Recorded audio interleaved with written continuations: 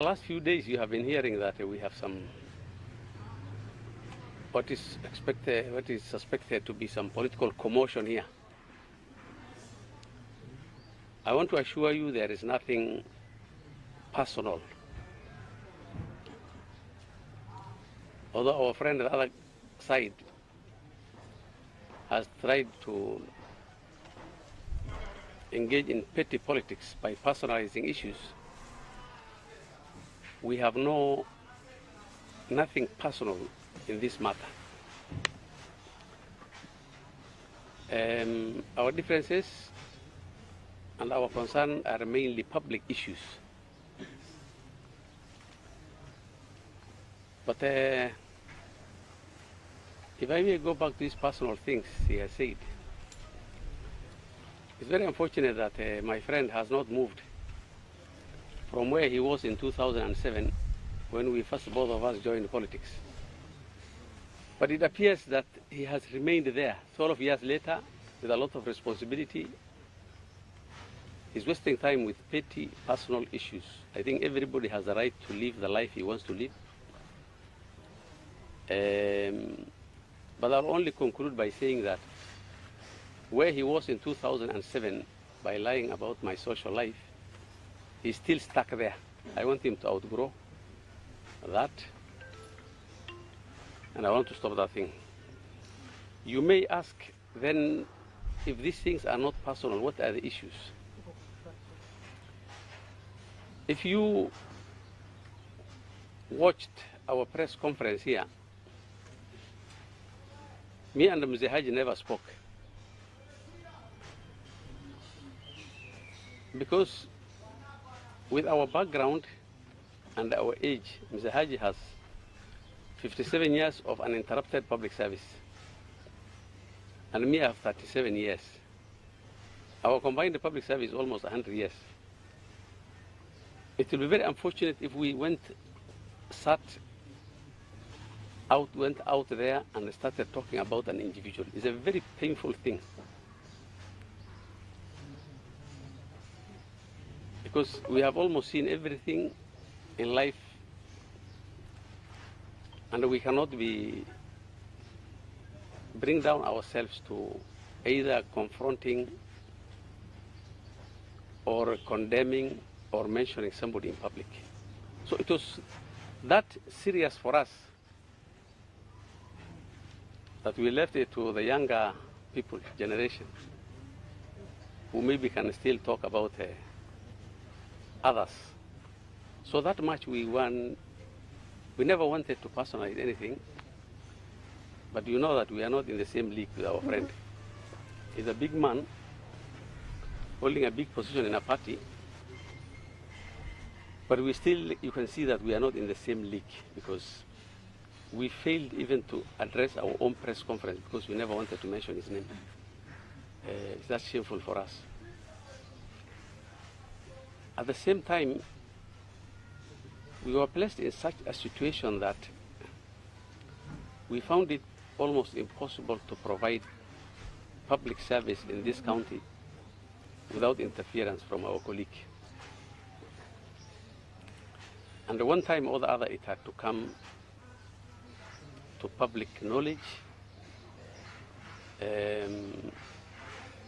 for them to know what is going on.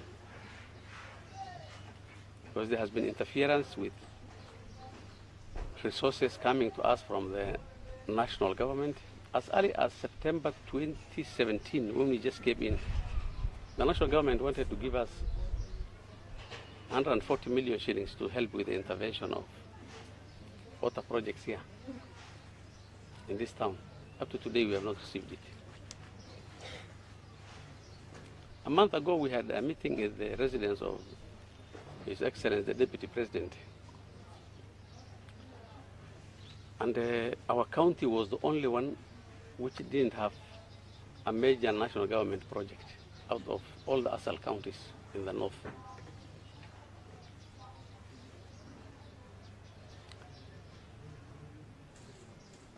When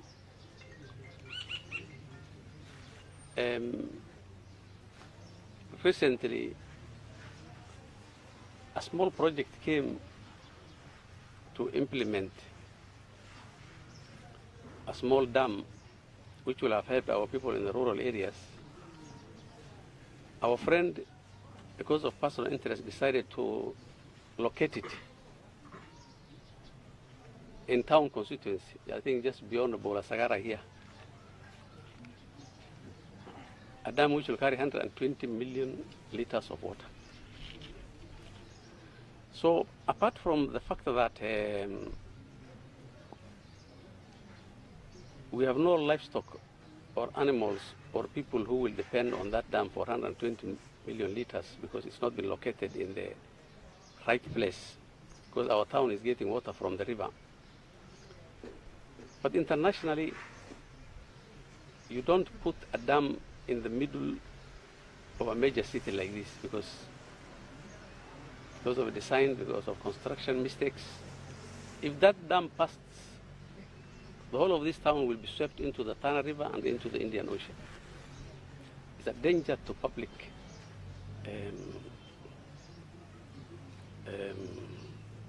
safety. Recently, you have heard about the issues of our public servants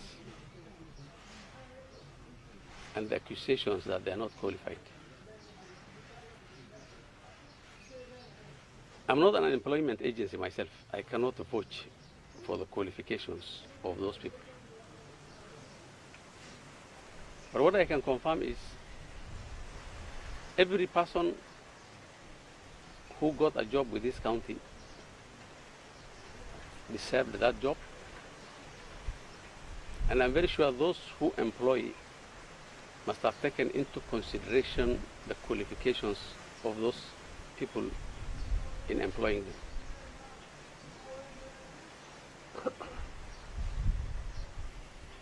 And what I cannot understand is how does it benefit anybody?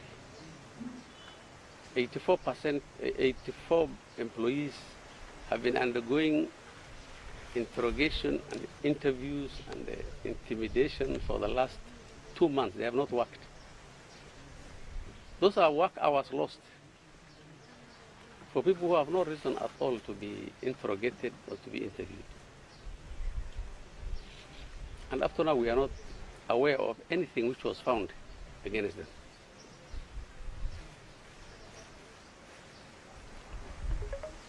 So the issues on which we disagree and for which we want this county to be given the peace it deserves are only public issues, nothing personal, and we don't want to personalize it.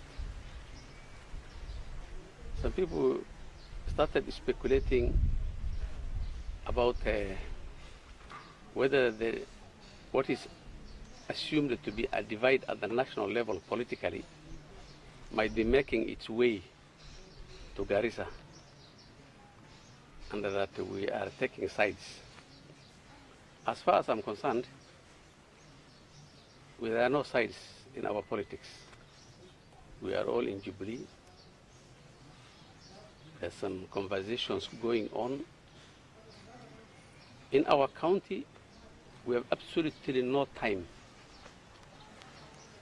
for that debate because we were elected. It's time to give public service. We simply want to do that. We have the President, His Excellency the President, who is the leader of the party.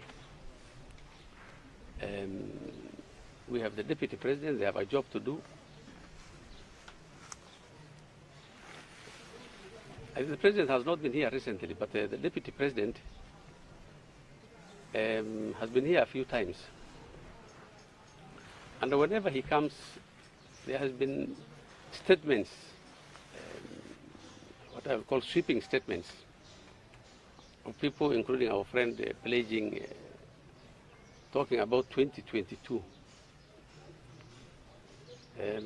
Despite accusations of having started the politics of 2022, the Deputy President has never told us that he is running for office. In fact, whenever he came here, he has always been on a mission of part of his work. He has never asked for our vote. But some people, including our friends, have always made sweeping statements that we have decided a decision for 2022. And if you have followed, whenever I stood in in those functions, I've always thanked the DP for coming and told him that when 2022 comes, we will decide, because I don't control anybody here. We can only discuss and agree on something. I don't decide for anybody. Of course, our friend has always complained that I'm creating a setback, because after assuring that we have decided for 2022, that I was going back by saying that we shall discuss. There's no place we have discussed. And when it comes to political loyalty, I think because those statements are tantamount to cheating the DP, I don't think our friend is loyal to anybody. He's loyal to himself. I know he has sent Honorable Junaid to go and talk to Honorable Raila, that he has nothing against him. He has been making frequent weekly calls to this other team. He has been talking to Honorable Commander of the other group. I don't know even the name. What are they called? I know when it's Tanga, that one also. Kieleweke. I even don't know their names. So he has been talking to the Kieleweke. He has been assuring the DP that we have made a decision. So all these inconsistencies, I think, are not necessary at this stage. And what we are asking is very simple.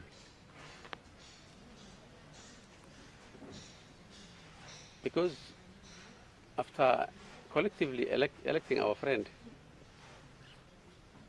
and getting a very important position in the party,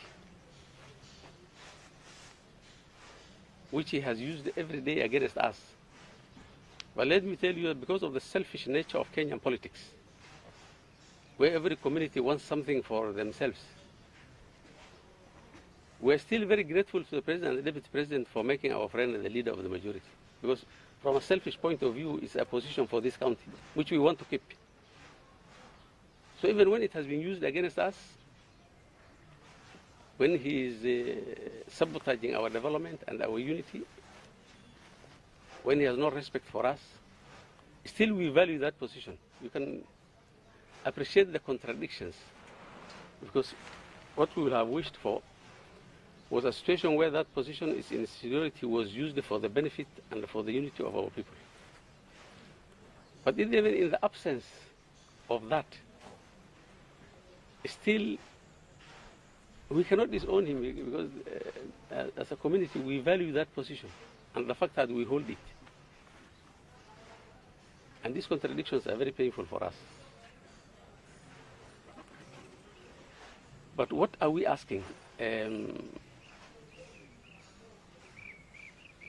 You knew that some time back he made every effort to connect me to an attempted murder, which had absolutely nothing to do with, and which turned out to be nothing. And I entirely blame him for connecting me to that. It gave me bad publicity. But with all this, still, we are not demanding any apology. We are not demanding any compensation. All we are saying is let everybody do what he was elected to do. Me, I'm ready to serve these people. Let him join us, serve the people. We will be happy to work with him. He can abuse us, but I think that will... nobody... we have not come from the moon. Kenyans know us. Garissa people know us. You don't go to a baraza and try to explain who so and so is. These are people we meet every morning. I was with people here at 5:45 this morning. So these are people we meet every day. You don't need anybody to introduce us. We will not be offended by anything which he said publicly, because that is not an issue for us. And I don't want you people to believe that there is anything personal in this matter. The ideal situation will have been where we work together for these people, because we have a lot of challenges. And alhamdulillah, we were very worried when these people who look at the skies and make their own decisions, the other day told us there will be no rains until October. In fact, today when I came and I'm here, I was supposed to launch a major intervention for our people, for the relief of drought intervention, assuming that maybe that story was right. But alhamdulillah, we have got the rains. I had even cancelled 2 projects totaling 100 million shillings so that we could divert the money to drought interventions. But you know, all of a sudden we have rain, everybody's okay, there will be no more water tracking, a few pockets here and there, but we don't have a crisis in our hands. But disaster is just in the corner. I mean, if the rains never came, we will have a major disaster in this county. And it will require the effort and the support of everybody, every time, and working together. And they're making us not get into a situation where we quarrel in front of Kenyans, especially some of us who are not used to this kind of politics. Which from a certain group of people, if you are not a noisemaker, they think that that's a political weakness. But it's our choice. We could become noisemakers, we could speak any language. I can put on a t-shirt and run the whole this town like a madman. I mean, all that is possible, but we choose what type of politics we want to play. So that's where we are, and thank you very much. Maybe I can answer one question. If there's something disturbing anybody, I can answer. Otherwise, thank you very much.